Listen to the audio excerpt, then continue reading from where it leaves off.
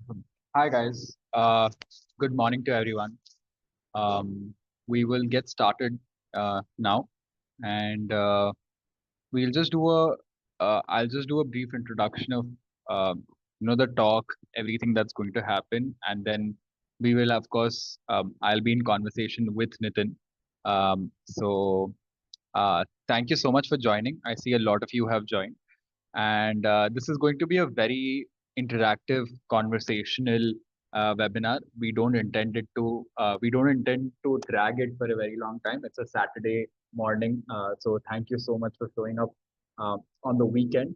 And the way we are going to do this is I will be chatting with Nitin on a few questions that we think will be very useful and valuable to people who want to build their careers in finance, or even just young professionals who are just starting out their careers. What are things that we can keep in mind?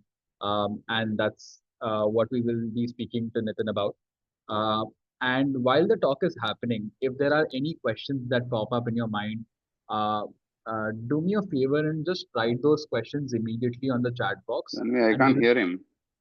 be able to take it at the end. Uh,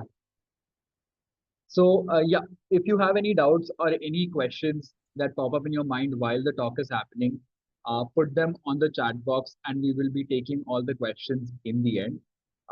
And Yeah, that's that. My name is Sagar. I'm the co-founder and CEO of Mocha, and I also head the growth and strategy at the Meghnad Desai Academy of Economics. We will also have a small chat about the academy at the very end, and for anybody who's interested, I'd be happy to chat with them offline as well after this talk. Uh, but yes, let's get started. And Today's topic, of course, is finance beyond numbers. We will not be chatting about how to, this is not a lecture about accounting or finance. This is primarily about how to build a career in finance and what are skills that you require to break into the best firms in the world. And Nitin will, of course, be guiding us through that. And I think this is an excellent time to actually introduce Nitin. Um, and Nitin is the global CFO at WhiteOak Capital currently, which handles close to $10 billion, and has $10 billion asset under management. And he was the ex MD at Goldman Sachs and an ex director at Merrill Lynch. And yes, he's managed multi-million dollar balance sheets at both these firms. And he was the CFO of a division with 10,000 engineers at Goldman Sachs.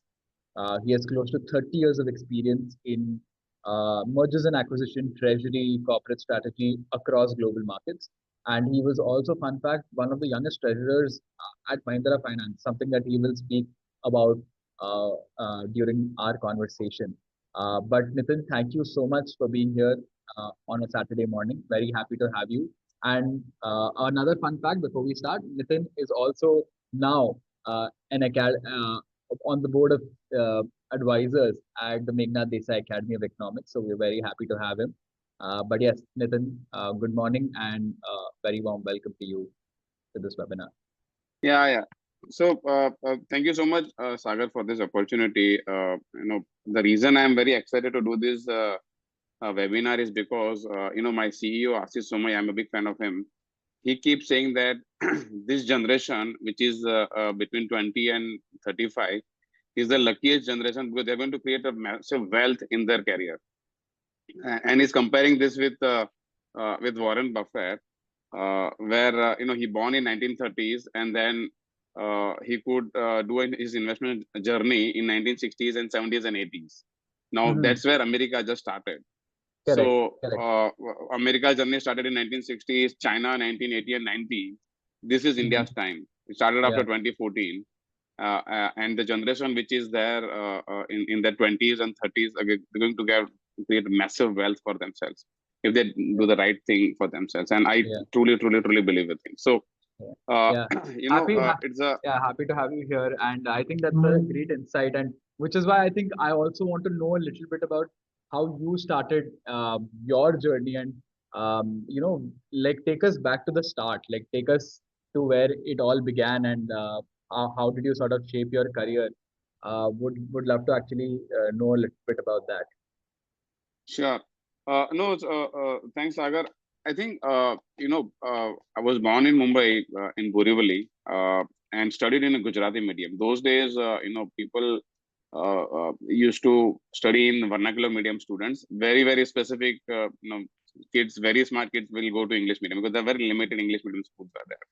So Mhm. I studied in Gujarati medium, and then I did my 10th grade in Gujarati. Now the people who studied in vernacular medium, they do very well in practical subjects, for example, mathematics and accounts, because that doesn't need any language. But they do Mhm. very poorly in the language, which is English. Correct. No, I got my 76% in 10th, and then got admission in NM college. Now NM college again, on 11th grade you are taught in English. Now, for somebody who learned his A for apple when he was 11, 12 years old, suddenly listening lectures in college is like, पहले 6 महीना तो कुछ समझ में नहीं आया. It was all bouncers. I didn't understand anything. The only Correct. lectures I enjoyed were mathematics and accounts, because numbers anyway doesn't need any language. So that is where Yeah. I enjoyed the most. So, Yeah. those difficulties were there of the language, but anyway, I started focusing on my strength, which was Mhm. numbers, rather Mhm. than my weakness, which is the language. Mhm. And then I excelled on my numbers. I always scored highest marks in mathematics and accounts.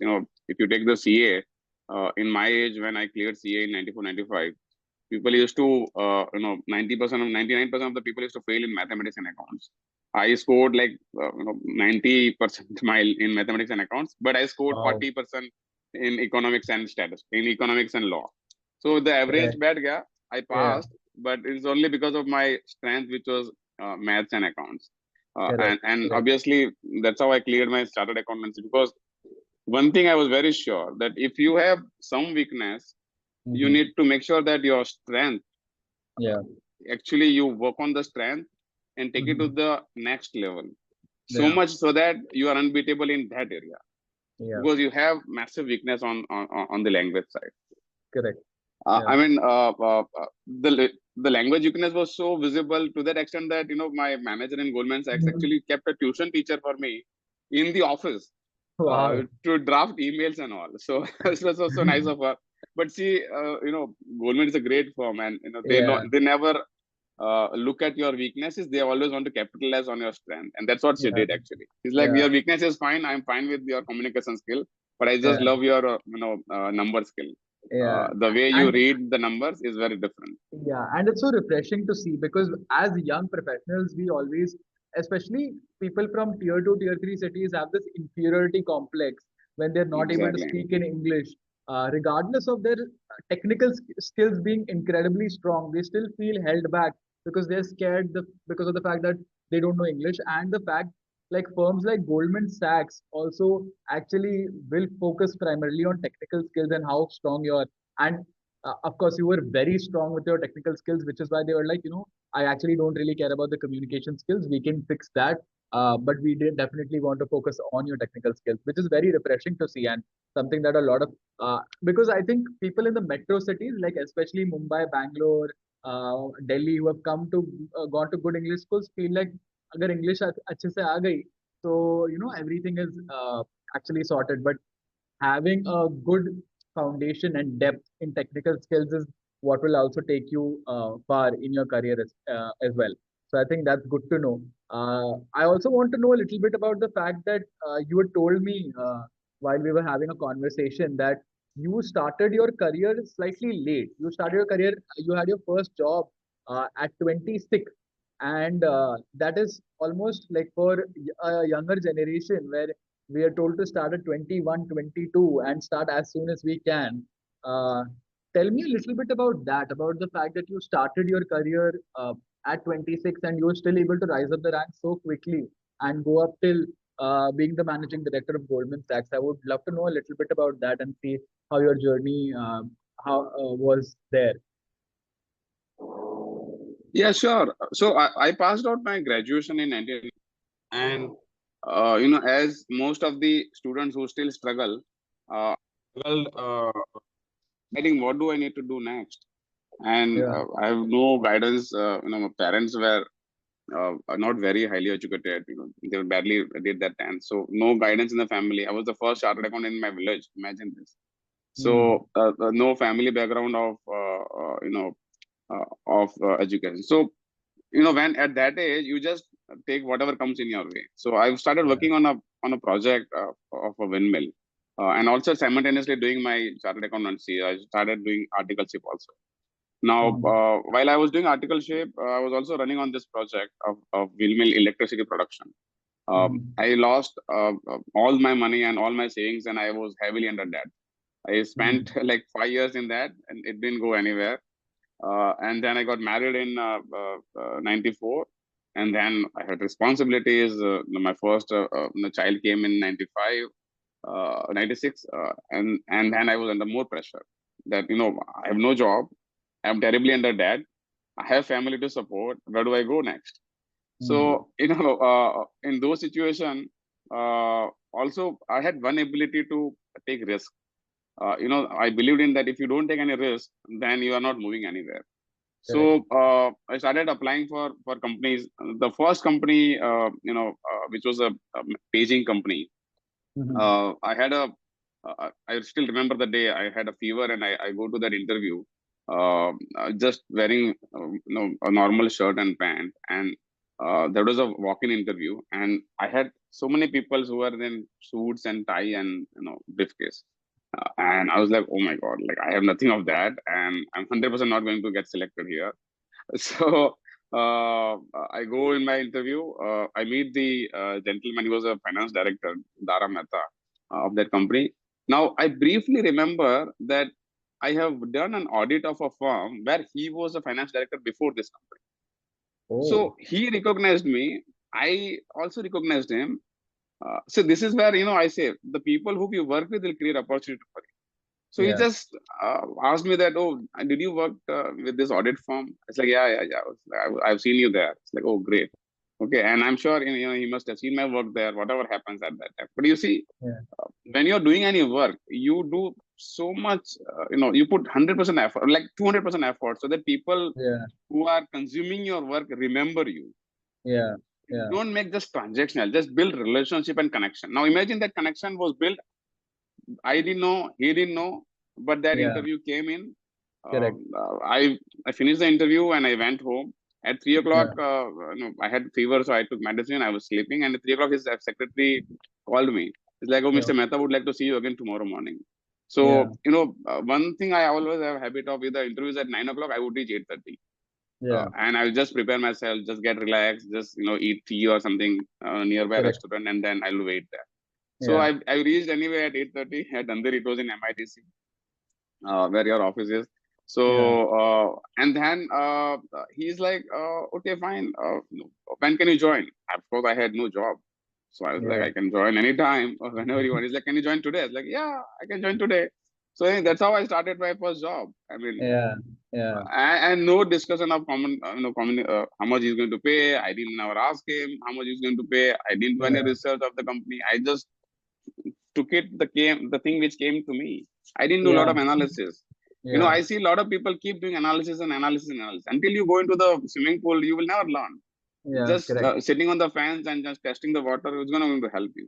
Correct. And I think I really So like your line about it's a 30-year career and not a sprint. And that's such a interesting line because I think when young people sort of lose focus or vision in the fact that they need to, this is a marathon and this is not a sprint. They need to think about it that way. That every step. If you try and overanalyze every step, then you might not get anywhere. So yeah, 100%, yeah, yeah, yeah, yeah. And also, don't get bogged down with what someone else is doing or what your correct, peers in the college is doing or what your colleagues are doing or what are they correct, getting, etc. It doesn't matter. It's correct. a 30-year career. You Yeah, will get your opportunity, but the time you get an opportunity, you just have to get it and yeah, go for it and put 200% in it. yeah. And And I that's think the success story. Yeah, and I think your entire description of people sitting for the interview in suits and you just walked in a shirt and pant is straight out of a Bollywood movie where everyone's sitting and then you still finally do get the job. So it's very, yeah, inspiring to see that. I also wanted to understand that eventually you did work for uh, like you worked at very large firms, like one of the like biggest financial firms in the world, be it Merrill Lynch or Goldman Sachs, or now WhiteOak Capital. And there are just so many people, right? Like, and managing your career or navigating your career in a sea like that. Uh, I have started a company, and now when you start a startup, it's a very small organization, and it's much easier to navigate shores like that. But when you work in very large organizations, it could get very intimidating as to how to navigate your career and how to not get lost. So, what did you do there? Yeah, such a great question, Sagar. No, I truly appreciate this question. I mean, uh, uh, it is extremely competitive world. The world is extremely competitive, and when you're working such a large organization where you have 50,000 employees, Yeah, how do you outperform? And we are all competing with each other. Even the correct. people who are having lunch with you, you are competing with them indirectly, because Yeah, there is one as you grow, the funnel becomes smaller and smaller and smaller. The tunnel becomes smaller and smaller and smaller. Then how do you navigate, right? So few things which worked with me, which I highly recommend, at this age people should do is, and that worked with me in college also, and in my studies also, is be the first person to go to office. The reason mm, I say is below. If you are running behind the time and not running ahead of the time, so what will happen? You reached your office where your boss has already come in, or the people have already come in. Then the free time which you get to think and strategize has gone. Now you straight mm, away got into execution. You're executing what? Your manager has told you something, you're executing that. You have yeah, lost your time to think about it. But yeah, imagine if you go ahead of everybody. You have your yeah, own 1 hour, half an hour, whatever time. You strategizing how you want to shape up your day. You just yeah, generating ideas. You just think of how do I execute. And yeah, that's what I did actually. I used to go early. I used to spend time on the weekend to see how my next week is looking like. I still do mm, that. How is my next week looking like? yeah, What am I going to do new things next week? I have yeah, always questioned status quo. I mean, it doesn't matter the organization doing the same thing for 80 years and 90 years. It doesn't matter. If this is the time is changing. If you're not agile, you're forgone. And look yeah, at Nokia, right? If you're not agile, you're forgone. But yeah, full credit to Goldman and the organization like Merrill and Mahindra. They yeah, are so agile. They would never throw any ideas out of the box. They would yeah, listen to you. And Goldman is at a different level. It correct. doesn't matter for them your background. It doesn't matter for them your level. It's a flat organization. You can walk in, Mm, an analyst could walk into partner's office and just say, I have this ideas, and he's going to listen to it. Yeah, yeah, they will take time to execute because you would have to prove that. But so I know. Let me give an example of that resonates. Like we used to have a certain hedging mechanism in mm, Goldman, and we used to do it like for many years.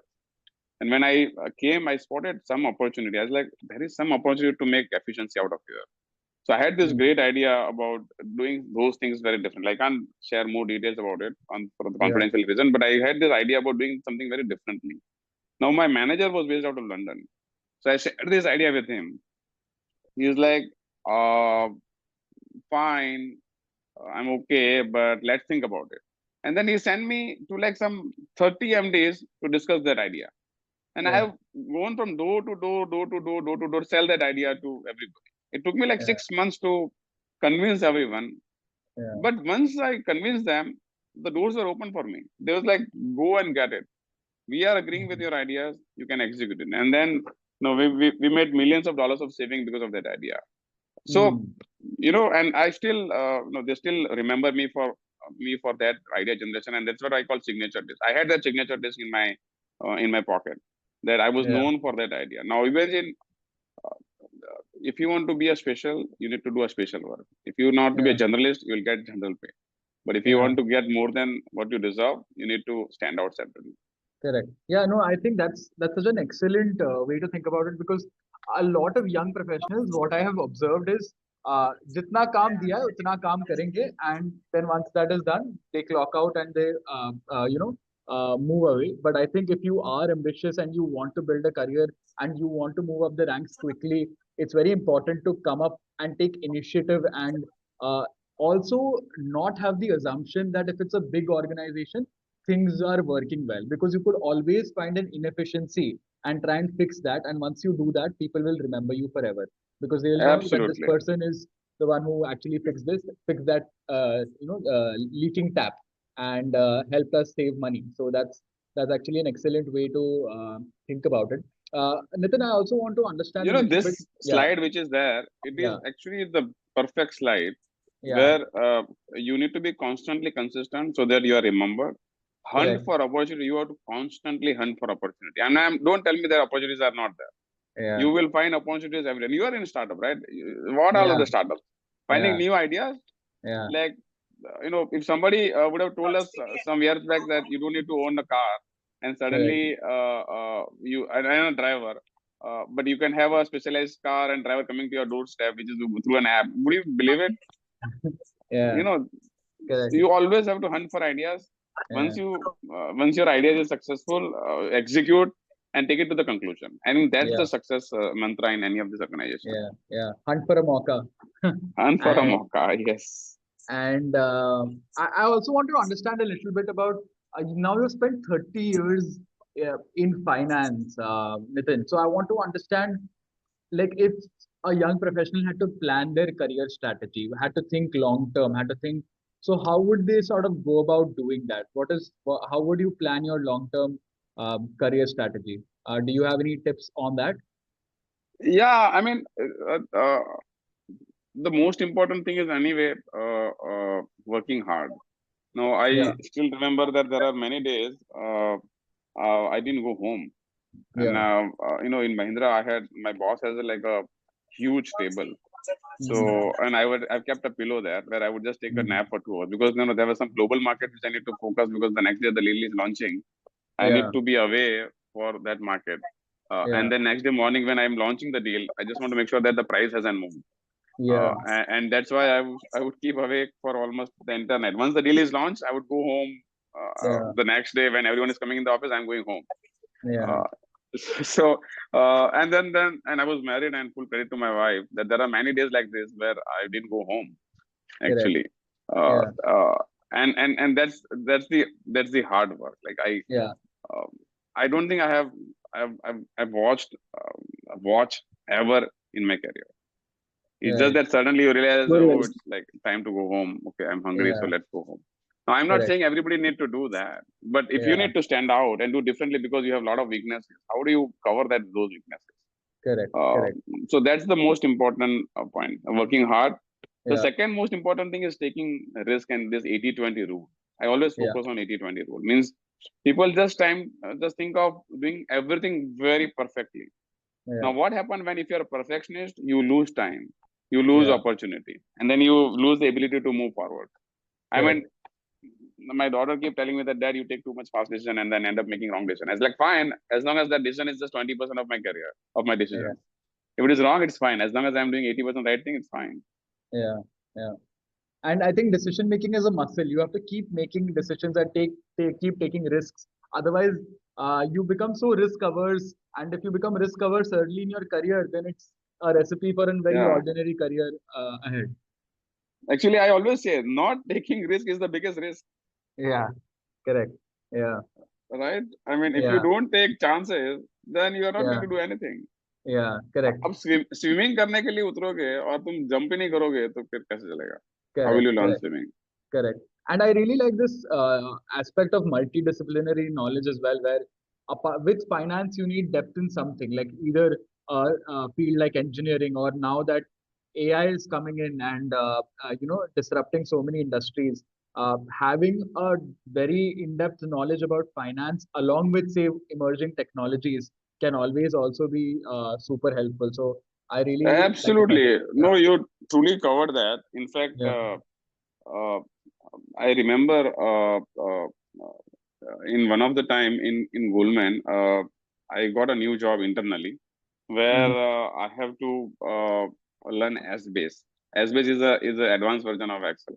Now, mhm. I have never heard the word called S-base before that, and I was told to retrieve some data, prepare presentation in and review the data from S-base. I was like, what? Yeah, Then yeah, how do I do that?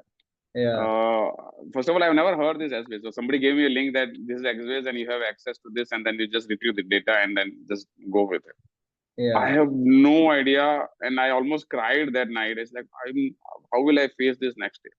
Now, in right. that difficult time, Somebody Yeah. just called me that, Goldman has a great, huge Bangalore office, and there is Yeah. this guy called Haran. He's going to help you with that. Just call him. So, Right. I picked up the called Haran at like 10 p.m. The guy who's available is like, yeah, Nitin, what do you need? And then it's like, tomorrow is a presentation. I have no idea this SBS. What is this? How does it work? I need this data. He's like, don't worry. Uh, he was an automation guru. He just retrieved the data for me, prepared the way I wanted, and we finished everything by midnight. He was also awake till Yeah. midnight that day. So, Yeah.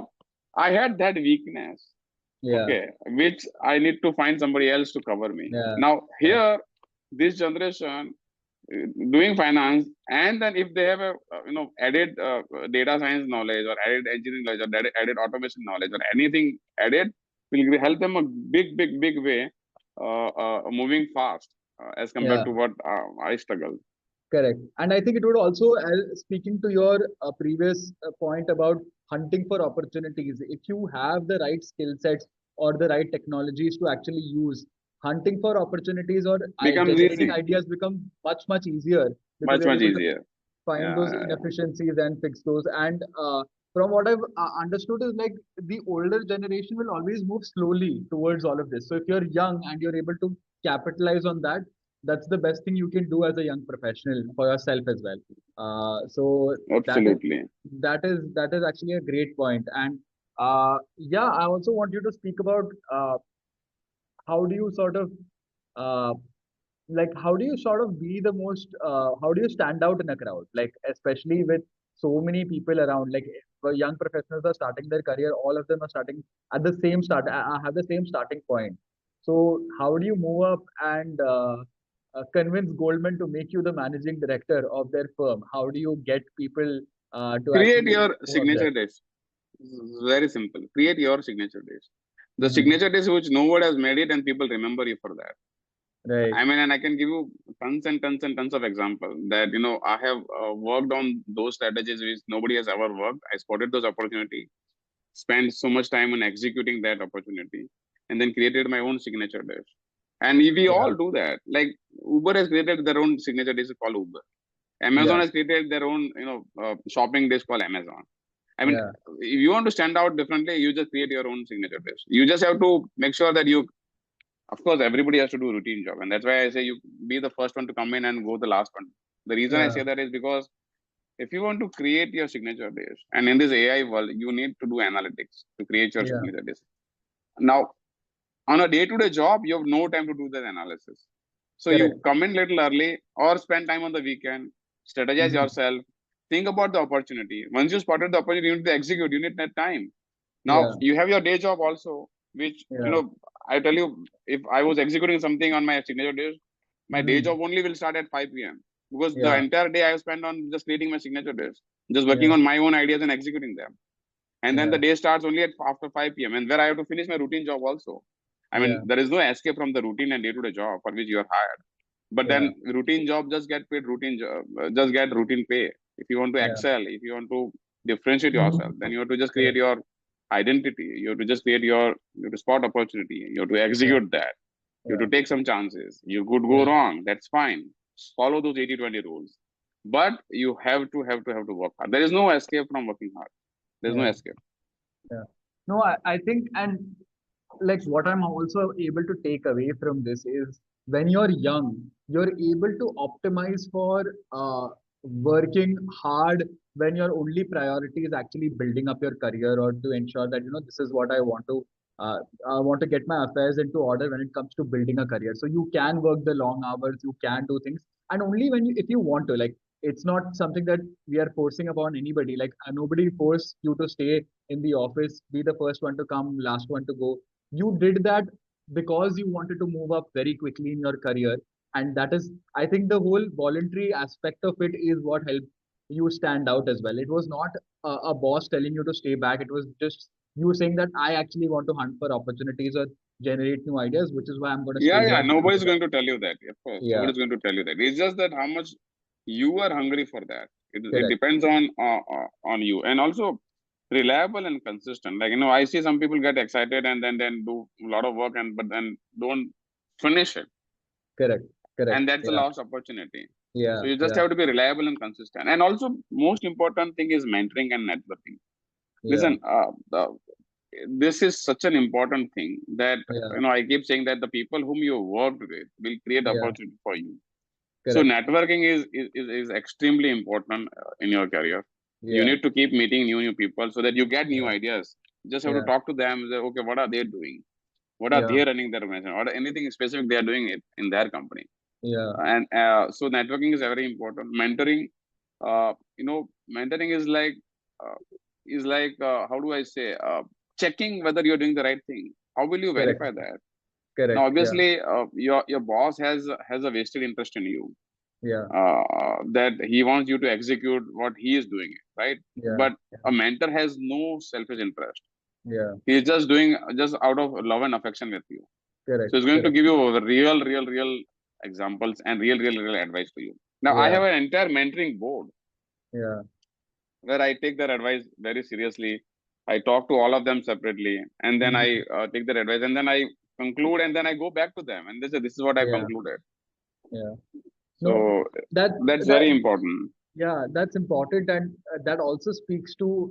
I was presented this Meghnad Desai opportunity very recently as well, and that was because of people like you and the networking aspect. I'm speaking about the networking aspect, and one reason why I really wanted to come was because when I saw the kind of folks that Meghnad Desai had, and the fact that got to I keep getting to rub shoulders with Dr. Ajit, or get to speak to Dr. Tushar or Lord Meghnad Desai constantly, was something that was very fascinating. And like if you look at folks on the slide as well, like I just really enjoyed speaking to such accomplished people, including you, Nitin, that there is just so much you can learn. And like whenever you speak to these folks who have already been there and done it all, like there is absolutely no vested interest when they're speaking to you. There, it just feels like it comes from a place of giving back, that they have done so much in their lives. Now they've all reached a point where they want to give back to society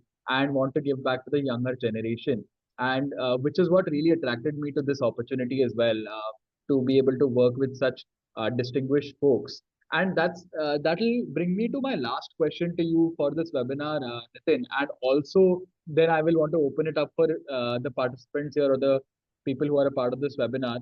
I want to know a little bit about why you also recently joined the advisory board at Meghnad Desai Academy of Economics. I want to know a little bit about that. Why, like after having such a accomplished career in finance, what sort of made you want to join a educational institution as well?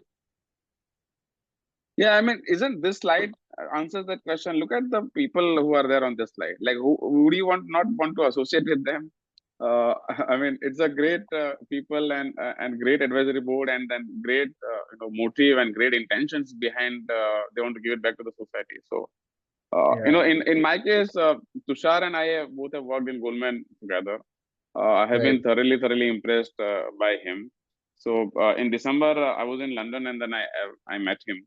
Right. And the work which he was doing, he was so passionate about giving back to the society. He was so passionate about this economics and data science Yeah. area, and that's where I thought, like, he doesn't need to do all these things. Like, he's already doing such a great work in his own career. Like, Yeah. he's a macro strategist at Wellington. He's like a $1.1 trillion fund, the largest hedge fund in the world. I mean, Yeah. he's already there at the top position. Why does he need to spend so much time on this? But Yeah. yeah, I mean, he just want to give it back to the society. I mean, Lord Meghnad Desai, or you talk about Dr. Rajit Ranade. I mean, they're great Yeah. people. I mean, there is Yeah. no money motive behind this. It's just that they Yeah. want to give it something back to the society, and that's why I thought, if I can be associated with them, it will give me opportunity to work with people like you, the young professional, Yeah. and then this board. Yeah. No, that's actually an excellent place for us to uh, sort of end the conversation between both of us, and probably open it up to folks here, like whoever wants to ask a question. And the question can be as simple as, how do I get a job at Goldman or Merrill Lynch or whatever? Your questions can be as direct as that. Nitin would appreciate direct questions as well. And we actually also have a slide for that, Nitin. Do you want to first cover that as to when you recruited people, folks at Goldman or Merrill Lynch or WhiteOak as well, what is it that you actually look for? I think the most important thing I look for is attitude. Okay. Education, of course, when you read the resume, their Yeah. education speaks about their caliber. Yeah. But attitude वो resume में नहीं आता है. Yeah. When I say attitude means the hunger of the person, the agility of the person. Like how agile is this person? Like Yeah. are they so fishy about the job they're doing? Like no job is a bad job. I mean, Right. if the organization wants you to do certain job, it's all good job. Now, if you think that's a shitty job, then you try to automate that and get out of that job. But running away from that job is not the solution. Organization need that job. Yeah. Okay, and I give you sometimes an example. In Goldman we used to prepare a process which was we have to do it at the midnight at 12 p.m. our time. Yeah. Now it's such a boring process that somebody has to stay in the office at the midnight and Yeah. complete that task, which was the US afternoon time. Yeah. Now we have to do it because that is the organization needs that job. Now we just Correct. can't get rid of that job. So the best thing Correct. is to do is just automate that job. Correct. So one of the smart young professional automated that job Yeah. because they didn't want to work at that time Correct. or for 2 hours. So they automated the job and they just have to work for 10 minutes. Once the Yeah. automation happens, somebody reviews the report and just push it out. That's all. Yeah. Yeah. So Yeah. the 2 hour work at midnight moved to just 10 minutes work. Correct. Correct. So Yeah. so the ability to solve those problems and then coming out of those challenges it needs a great attitude. The Yeah. easiest thing is I just don't want to do this job. That's the Correct. easiest thing. But then if you say no to your manager, what happens next? Yeah. What will your manager do? They'll He ask has to somebody else. Yeah. Or exactly. So yeah. who what happens? Who Yeah. lost the You lose out on opportunity? an opportunity to sort of make a mark. Exactly. Yeah. Exactly. You had that opportunity, but you didn't do it. Yeah. Yeah. Yeah. That is Absolutely. attitude.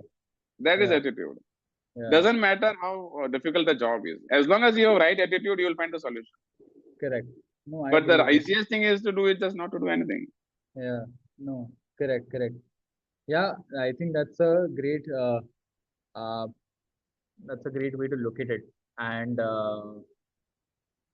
I would now love to see if anybody has any questions. Would I think would one more thing I would say yeah. that if you are going for an interview or if you are making a presentation, actually spend enough time assuming that this is the last presentation of your life. Hmm. Yeah. So don't take anything very lightly. Like as I speaking to you, I've been doing this since last 30 years. I have my notes. Yeah. Okay, I Yeah. have my notes. I Preparation is had my key. points. I had my Yeah. preparations. Wanted to Yeah. know, make sure that this is what I talked to. That could be some few natural speakers also. Like my Yeah. CEO Ashish Somaya, he's a great natural speaker. Like Yeah. he's on the TV every alternate day, and I just get afraid of him. It's like, oh my God, Yeah. like how Yeah. can he speak so smoothly and so Yeah. smartly and so easily? But Yeah. that's his strength. That's not Yeah. my strength. But do I need to get upset with that? No. I Yeah. just admire his strength, but then I note down all the points which he mentioned in those presentations, and I use those points in my Yeah. notes. Yeah. No, but I So, think you can now put public speaking as a part of your strength as well. I think everybody here in this room would also agree this was a fantastic webinar with but only insights. after preparing, only after making Correct. this presentation, and Correct. only after Correct. preparing. Yeah. Preparation is key. I I am see. still not a natural speaker where you just get catch me and then I start talking. No, I can't Yeah. do that. Yeah. I see. But I I see would one. prepare for it. I would I prepare see. for it. Yeah. I see one person has already raised his hand for a question. So let's take that question.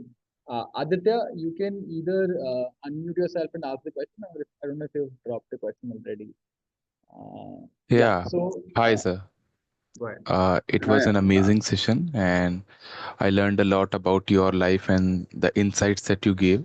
Currently, I'm a first year MBA student at IIT Bombay, and my question is, like, as a student, what should I do, and what should you expect from a candidate to know in his career? Like you talked about the attitude that I must possess as a student, but something different, which make me stand out. And in terms of technical skills, because I want to go into finance domain from to make my career. And what are your thoughts on that part? So, since you are in first year, the most important thing you need to now outperform in your first year students also. Like you are competing with your first year students. Now you need to score highest amongst them. Now, how do you do that? Okay. What I used to do is, let's say I have a lecture next day. I would go to the professor and ask him that what are you going to teach next day? And I'm telling you, most of the professor will tell you that this is what I'm going to teach. I would read that or solve that problem in advance. In accounts, it's very easy. Once your balance sheet tallies, you solve the problem. So if my balance sheet tallies, I've done that job. I don't need to go into the class because my balance sheet is already tallied. But if it is not tallied, then that lecture will be most important for me, where I'll be very directed to the mistakes I made. Now, what happened if you have not done that preparation in advance and you go into the lecture, uh, you have absorbed maybe 60% or 50. If you absorb 50% plus, it's great. You have great skill. I mean, I could only absorb 30-40% of the lecture because of my language weakness. Now, if that has happened, then you are behind the curve where somebody has absorbed 80% of the job lecture in that class. But if I prepare in advance, then I have an edge over that 80% guy, where since I know what he's going to teach, I've read that in advance, my 20-30% job is already done. So then I'm working on the additional 50% in that class, and the lecture will be very focused on me. Believe me, that strategy has given me massive advantage on my accounting and financial skills. Costing was the most difficult subject in my area. People used to flunk many times. I have scored highest marks in that. I was like a gold medalist in costing because of this ability to prepare everything in advance. So that's your answer about how do you excel in your studies. Uh, Ye- Once you go to organization, you have a long way to go before that. But while doing this IIT, anyway, your course itself is a very tough course. Try to get into those courses where probably you will get some financial knowledge, some kind of financial knowledge. I think in Meghnad, Sagar and I were chatting. We wanted to create some crash course for students like yourself with 2 months or 8 weeks kind of a program. So I'm not saying do that for Meghnad because we are not there yet, but this is where we're thinking you could get advantage. Yes, sir. And one more thing, sir. Like, if we are sitting for any interview, and how can I show that attitude? As you mentioned that we can show that attitude during at our workplace. But since I'm sitting for my interview, what things that I can do which will show my attitude?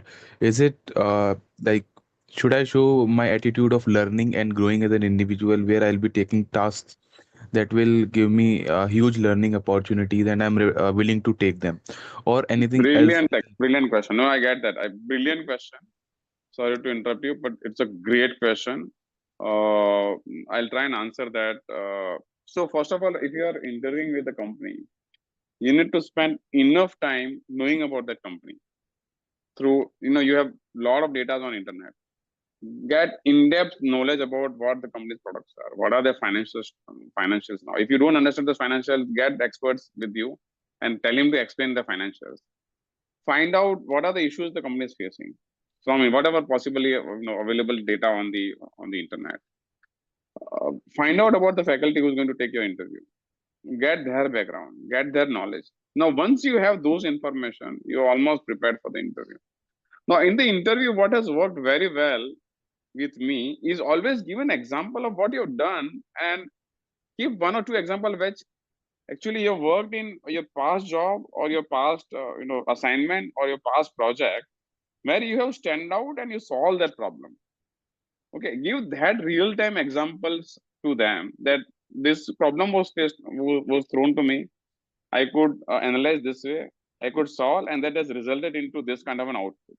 That real time examples will really resonate well.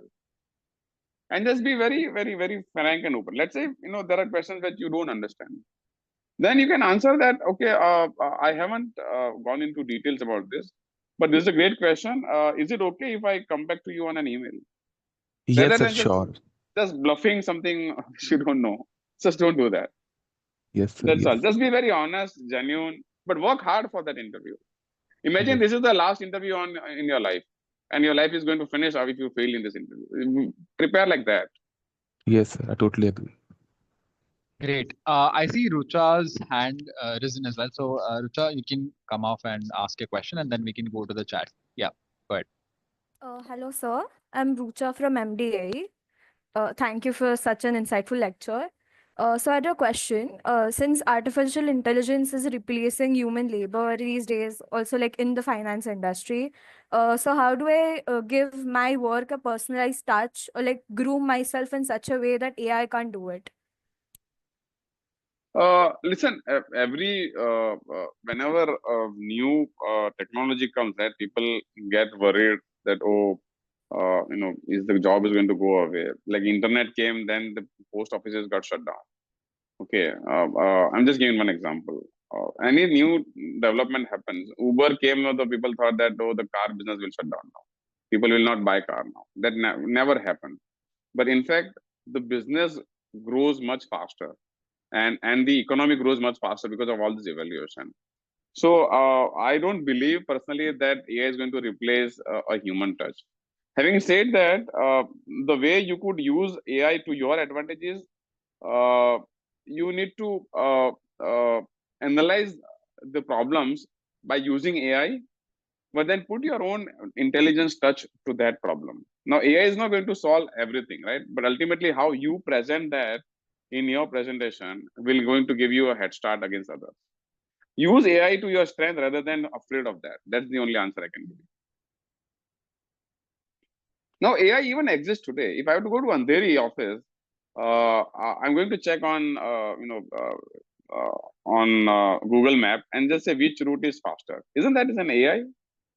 It already exists. It's just telling me, oh, to go this route rather than that route. That's an artificial intelligence. That's an intelligence which I'm getting from the map. So it already exists. Now it's going to the next level. Is going to solve a lot of problems which people would have spent, weeks and months to solve. I mean, of course, we use that to our advantage, and ultimately, finally, the utilization is done by the human beings, right? Yeah. Right, No, sir. yeah, I agree. And I think to add to this, Nitin mentioned this in his speech as well, in his webinar as well, which I think I really agree with, is multidisciplinary knowledge, where you have a good foundation in finance, but you also top it and understand what the emerging technologies look like. And instead of actually being scared about that, you actually adopt those. And because you can have the first mover advantage with a lot of these technologies. Good thing about AI is not a lot of folks actually understand how it works, or what the use cases can be. So if you're able to come up with a good use case and actually present that as an idea, or hunt for that opportunity, in that in itself could help you stand out in your organization. So that could be something that you can always consider. Okay, okay. Thank Yes. you. Yeah. Awesome. Thanks, Rucha. The next question, Nitin, that we have is from Diksha, who says that she's a 23-year-old and she is currently doing a job from 8 to 5 p.m. And she has just started a few new finance courses. I don't know if this is online or offline. Managing both can be difficult for me. So she's asking, should she resign? Is what she's asking. Do you have any insight on that? Uh, I just see. I need to know more about what you are doing in your current role. yeah. And are you adding any value to the current role? Are you enjoying that role? Are you been able to do anything differently? And is your manager appreciative of your performance? If or are they investing in you? If the answer of all this is yes, then don't leave this firm. Continue with that firm. The people will the people who are interested in you, are investing in you, will teach you anyway. So don't do that and do offline course.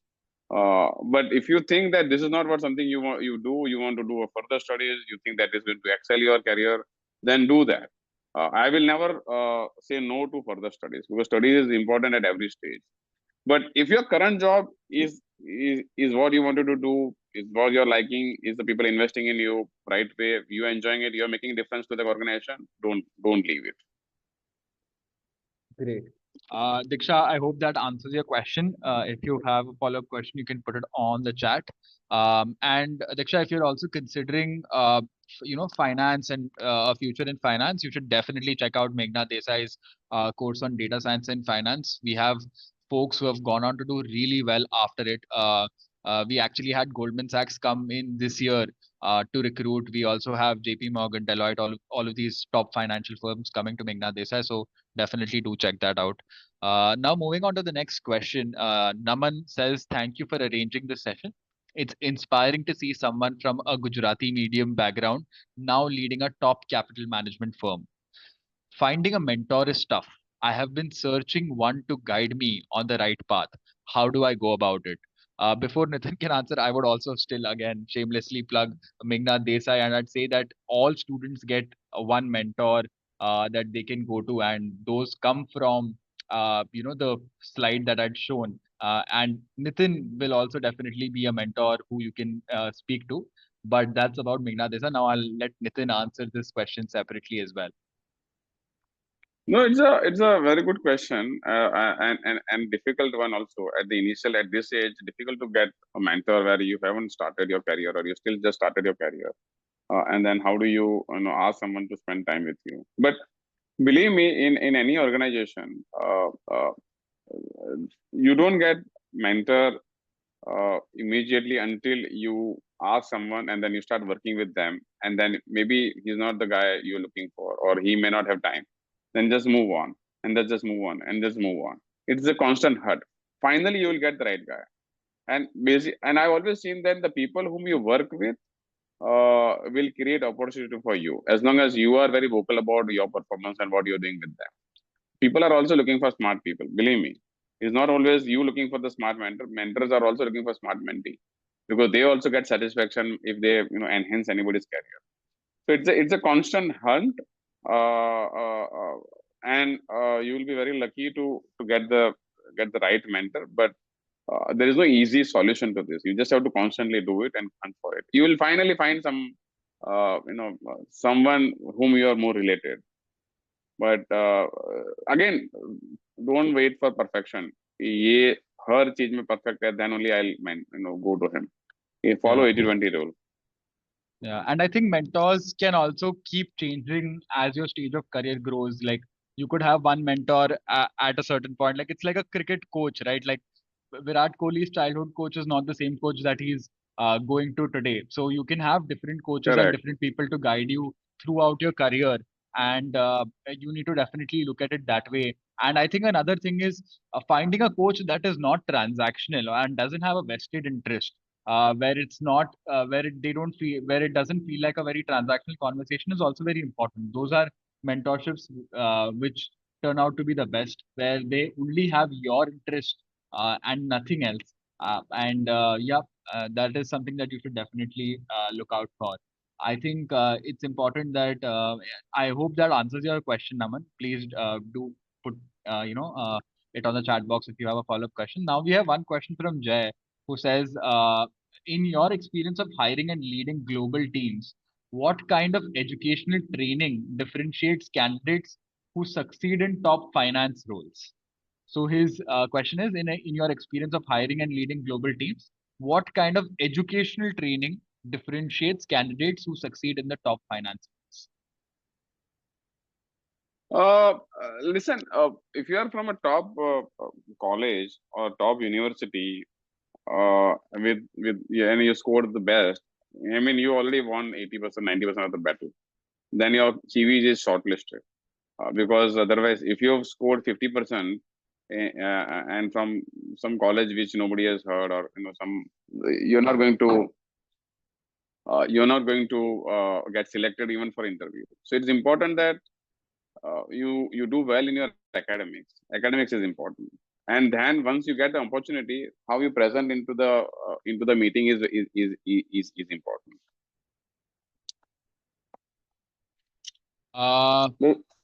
Does it answer your question, Jay? Jay, I hope it answers your question. If you have a follow-up question, definitely do let me know. And I think, also Nitin, you one could more thing is, if they're not from a top college, then what? Then how do they differentiate themselves in that sense, like to ensure that they, because a lot of, I think yeah, MD, I mean, I'm not selling MDA, but yeah, MDA provides a great platform. The reason I'm associated with MDA is because it is run by a very highly qualified professionals who have done excellent in their career in those organizations, whom they have worked. And with that kind of a knowledge and a selfless interest in building career of the people is what excited me. Now, if you look at this board itself, it has a wealth of experience amongst all these people who are running this organization. Now, if you have not done great, then maybe you need to work with the great people. You need to lead, train under the great people like this board, yeah, and then go forward. I mean, I'm sure yeah, they are providing great access to the companies also. They have great connection in the companies where you could get hired. yeah. So I that's think, one of the area where yeah, you could get it. yeah. Just to add on to that, like since I've been in the education space for 5 years now, one thing that I've observed is either you go to the top uh, institutes that exist in India, like an IIM Ahmedabad, Bangalore, Calcutta, ISI. Go to the best institutes that India has to offer, and if you're able to get into those, great, because the entry barrier to those colleges are very high. Or then you try and find niche institutes like Meghnad Desai, where the cohort is small, where there's a lot of focus on the academic rigor to ensure that when you come out, you're a very confident professional.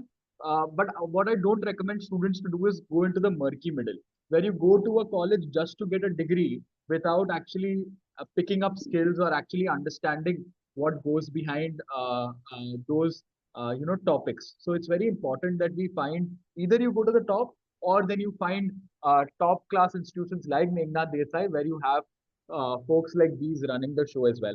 So that's my 2 cents on the same. Yeah, Uh, I mean, just wanted to add to that. Like, I can give you my example of my own daughter.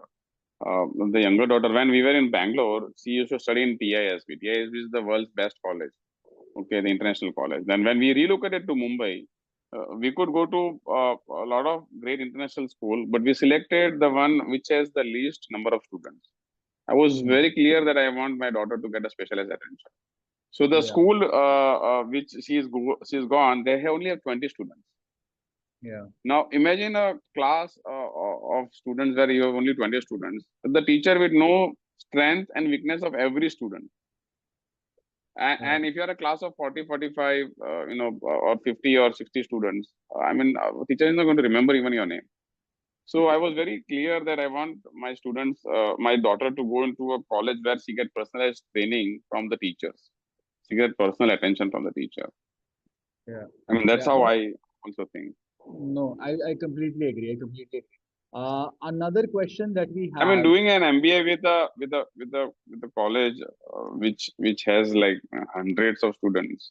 I yeah, mean, getting appointment of the principal is impossible. yeah, yeah, yeah, correct. I think Kim has a question.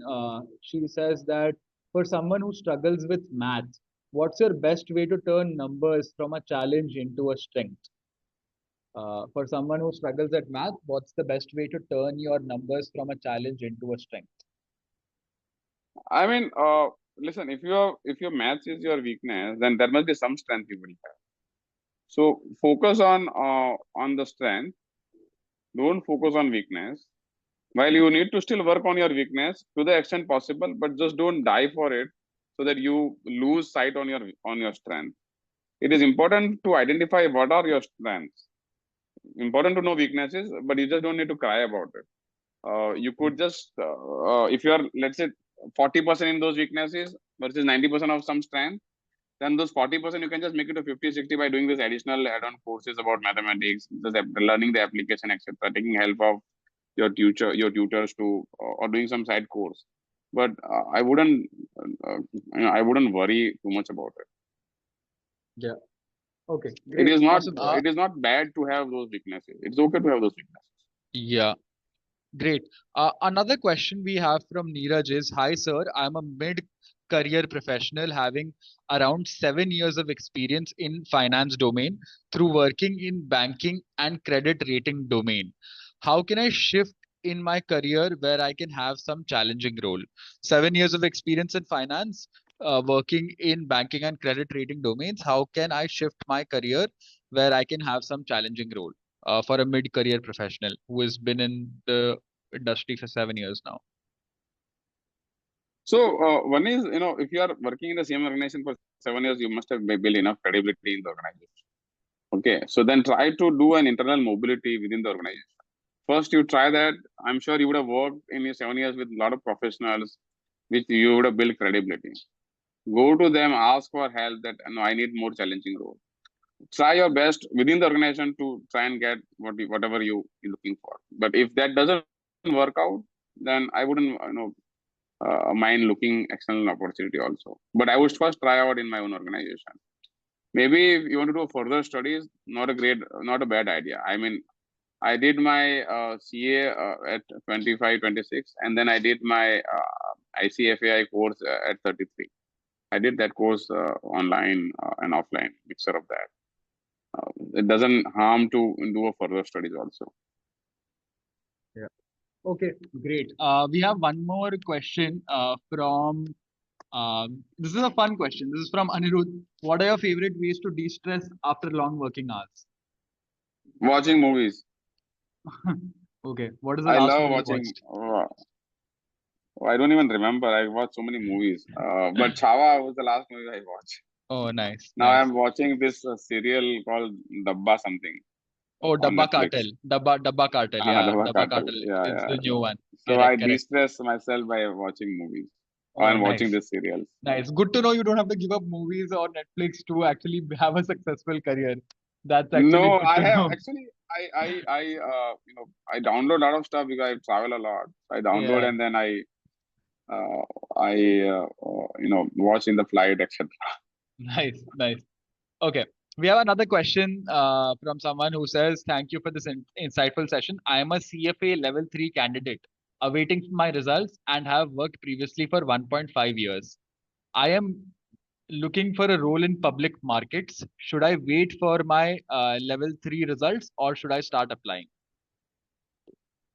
I think you should last CFA anyway. You can do part time, right? So you shouldn't have lost. Should have left your previous job. You should start Yeah. applying if you're not Yeah. already there, because CFA is not doesn't matter. I'm Yeah. sure you would have other experience also, right? You must have some other degree, graduation, etc. And CFA 3 is a great CFA 2. You are qualified CFA 2, so you should start applying and you don't waste your time. Yeah. Okay, great.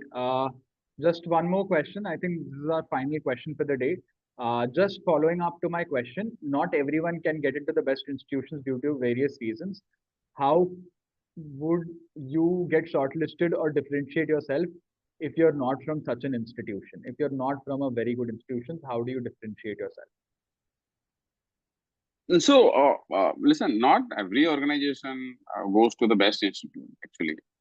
There are a lot of companies which actually don't go to the best institutes, or they go to the best institute only for few roles. The rest of the roles are not from the best institution. So it doesn't matter if you're not from the best institution. But if in a smaller institution, you've done great job in your own, in your own studies, and got a great knowledge, and then that's enough actually. Just don't get hung up, because I went to a school which shut down, which does not even exist today. So what? Right? There are no Gujarati medium school exist in Mumbai today. So it doesn't matter which school you are belonging to.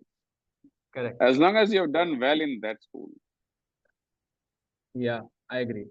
All right. I think. In fact, I would be a rock star of a small school rather than the last bencher of the highly qualified school. Yeah. No, that Because if I am absolutely. the rock star of the normal school, then the Yeah. teachers knows me and then they start investing in me. Correct. But if I Correct. am the last bencher of the most reputed school, then nobody Yeah. knows me in the class then, and nobody is Yeah. investing in me. It is important that who is investing in you. Yeah.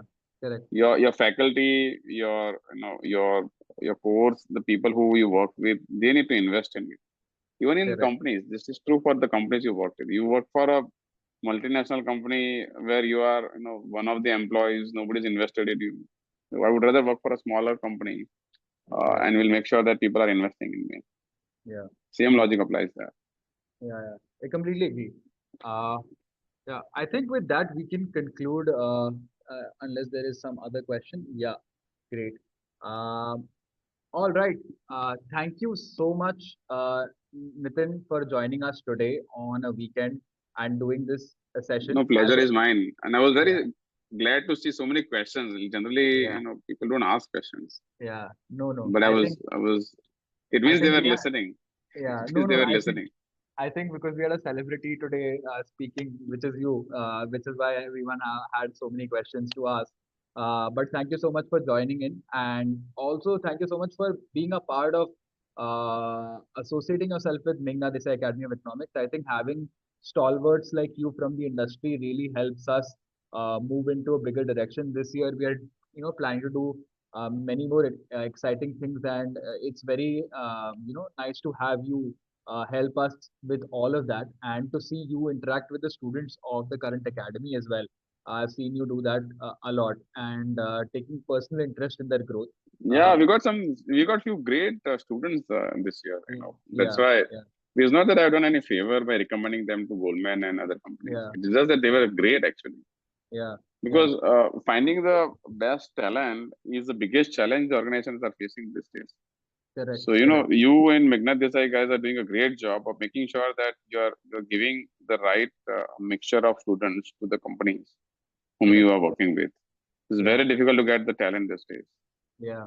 No, I agree, I agree. Trust me. Um, but yeah, having somebody like So, you thank helps you us so solve much that for mismatch. nurturing those students, creating Yeah, the best talent in India, yeah, and those students will do great job in those companies they are working for. yeah.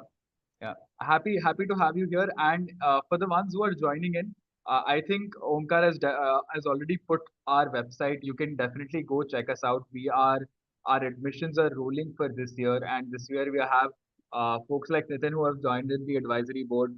The idea is to scale up the organization, do much more exciting stuff. So if anybody is interested, please do definitely check us out. Fill in the application and just have a chat with us, and we can definitely try and get you to speak to Nitin also one on one if that's possible, and if his schedule allows.